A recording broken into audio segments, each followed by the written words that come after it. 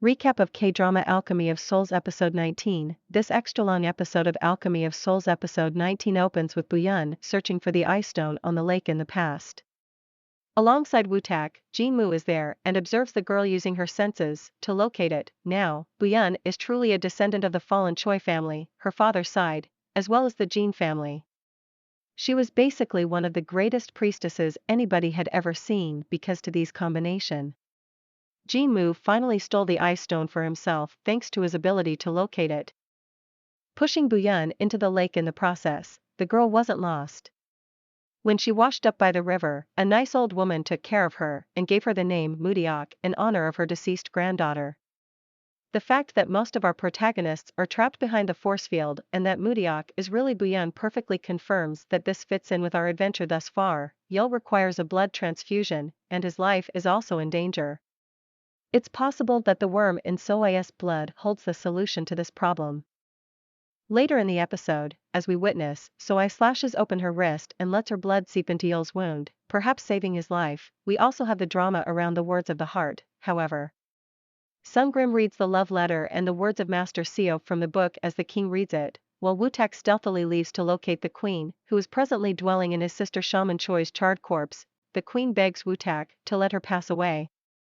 But he refuses, reminding out that the lantern of life for the queen must continue to burn while she is still alive. Just for a short while, stay alive. He adds while pledging retaliation on Jang Gang for his previous misfortune.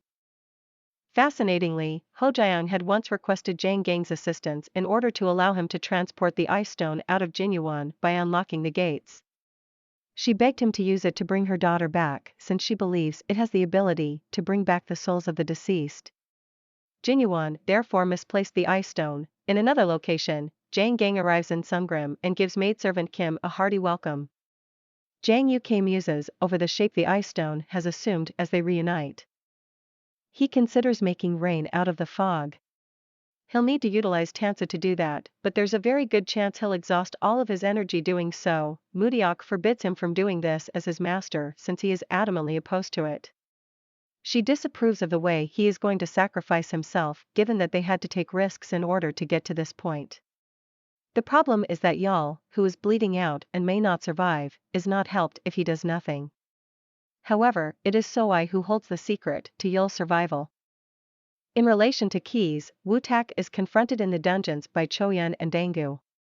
They think about how to handle him after defeating him. They have discovered the queen's soul, and Dangu informs Park Jin that they are debating what to do with her. Dangu isn't sure whether Park Jin should bring her to the training center. He doesn't want to tarnish the reputation of Jinyuan since doing so would also harm Choyun. All the magicians are instructed to go, but instead they move toward the center. They bring out Shaman Choi, who is of course the queen, with the king and the royal family there, except from the crown prince. The shaman grips the throne fiercely while gritting her teeth from within the queen's body. She falls on her knees and begs the king to understand that she is the actual queen as the shaman's burned face is exposed. The only person who can resolve this is Guigu, but since the dog was cremated, there doesn't appear to be any chance. The dog's incinerated remains are revealed by Park Jin, who then tosses them directly at the queen. She instantly lowers her guard when she becomes agitated.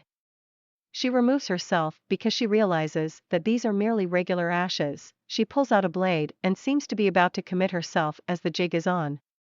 The only option is to expulse her spirit, but as a result, Wu-Tak's involvement is also made known. He is Shaman Choi's brother, shattering her world.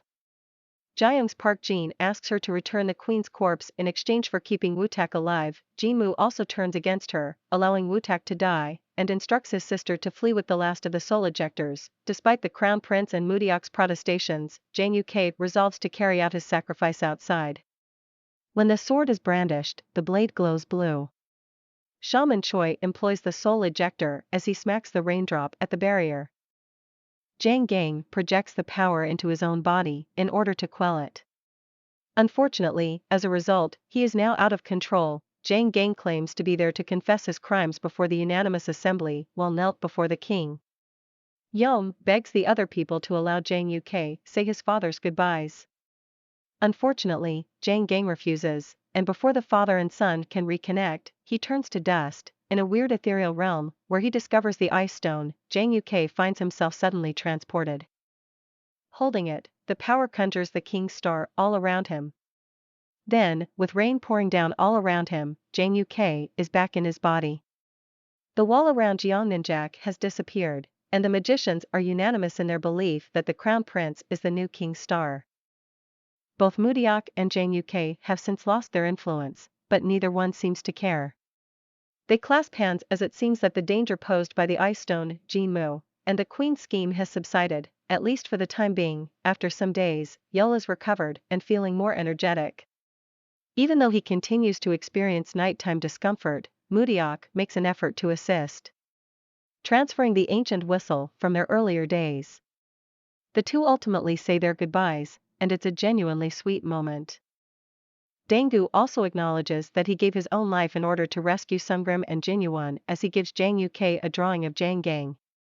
When Jang Uk sees his image at this point, he learns that he had in fact met his father. All that is left of Jang Gang after this bittersweet revelation are his possessions, which are given back to the king. Unfortunately, the queen has not yet returned to her own body and is now compelled to live within Shaman Choi's burned body. Park Jin, meanwhile, ruminates on the sinister past of Jang Gang, particularly the flashback from earlier in the season when the king switched and slept with Duhua. In order to protect Jang Memories UK's of Jang Gang, Park Jin has chosen to keep this hidden. Jinmu begs for assistance in saving Chan Bugwan when the crown prince travels there. He promises to shield the prince from the real king's star as well. Knowing how to manipulate people, Jinmu mentions how Jang Uk would ultimately surpass him and gives a chance to prevent it from happening. It will be interesting to see whether the crown prince is genuinely influenced. On the night of the wedding festivities for Dangu and Choyun, Jang Uk also proposes to Mudiok. The episode concludes as she grinned in response. Stay tuned for the last episode or the season 1. Please subscribe to this channel for.